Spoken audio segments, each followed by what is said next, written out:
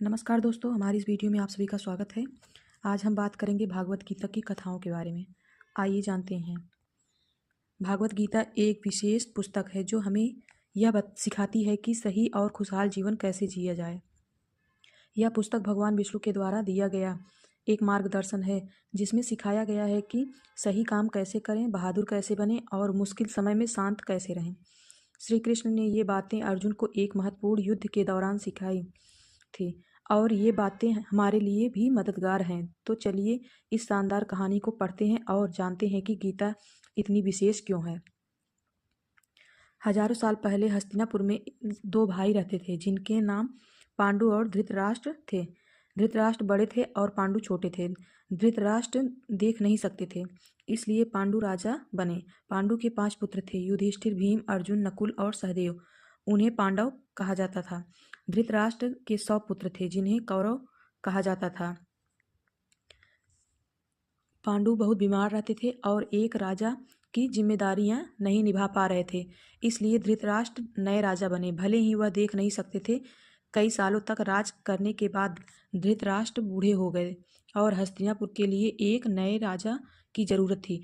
पांडवों में सबसे बड़े युधिष्ठिर थे, इसलिए उन्हें राजा बनाना था। लेकिन कौरवों का बड़ा भाई दुर्योधन युधिष्ठिर से जलता था। उसने चालाकी से पांडवों को राज्य से निकाल दिया ताकि वह खुद राजा बन सके। पांडवों ने राज्य में अपना हिस्सा मांगा, लेकिन दुर्योधन ने जमीन का एक टुकड़ा देने से भी मना कर दिया था। अपने कर्तव्य का पालन करने और सत्य की रक्षा के लिए पांडवों ने कौरवों से लड़ने का फैसला किया। इसे महाभारत के महान युद्ध के रूप में जाना जाता है जो कुरुक्षेत्र में हुआ था। भगवान श्री कृष्ण अर्जुन को सही रास्ता दिखाने के लिए उनके सारथी बने। जैसे ही युद्ध शुरू होने वाला था, अर्जुन बहुत परेशान हो गए और उन्होंने अपना धनुष और बाण रख दिया। अर्जुन मोह और संदेश से भर गए और उन्होंने युद्ध मैदान की दूसरी तरफ खड़े अपने रिश्तेदारों, गुरुजनों, दोस्तों और परिवार वालों के खिलाफ लड़ने से मना कर दिया। तभी भगवान श्री कृष्ण ने अर्जुन को भागवत गीता की शिक्षा दी जिससे वह सही रास्ते पर चल सके। कृष्ण ने अर्जुन को सही और गलत का अंतर समझाया और अर्जुन को अपना कर्तव्य याद दिलाया। अर्जुन के मन में कई सवाल थे, जैसे कि मुझे अपने रिश्तेदारों, गुरुजनों और परिवार वालों से क्यों लड़ना चाहिए? क्या युद्ध जरूरी है? अगर मैंने उन्हें हरा दिया तो उनका क्या होगा? लोग मुझे बुरा कहेंगे क्योंकि मैं अपने रिश्तेदारों से लड़ रहा हूँ। इस तरह अर्जुन के मन में कई प्रश्न थे और श्री कृष्ण ने उनके सभी प्रश्नों का उत्तर दिया, जिससे उनके मन से सभी प्रकार का संदेह और भ्रम दूर हो गया। जब जीवन और सत्य के बारे में जो अमूल्य ज्ञान श्री कृष्ण ने अर्जुन को दिया वह भागवत गीता में लिखा हुआ है। श्री कृष्ण ने समझाया कि शरीर नष्ट हो सकता है, लेकिन आत्मा हमेशा के लिए रहती है। आत्मा को नष्ट नहीं किया जा सकता। आत्मा न तो मरती है और न ही जन्म लेती है। इसे न जलाया जा सकता है, न ही गीला किया जा सकता है और न ही सुखाया जा सकता है। इसलिए शरीर के जाने के बाद भी आत्मा रहती है क्योंकि वह शाश्वत है।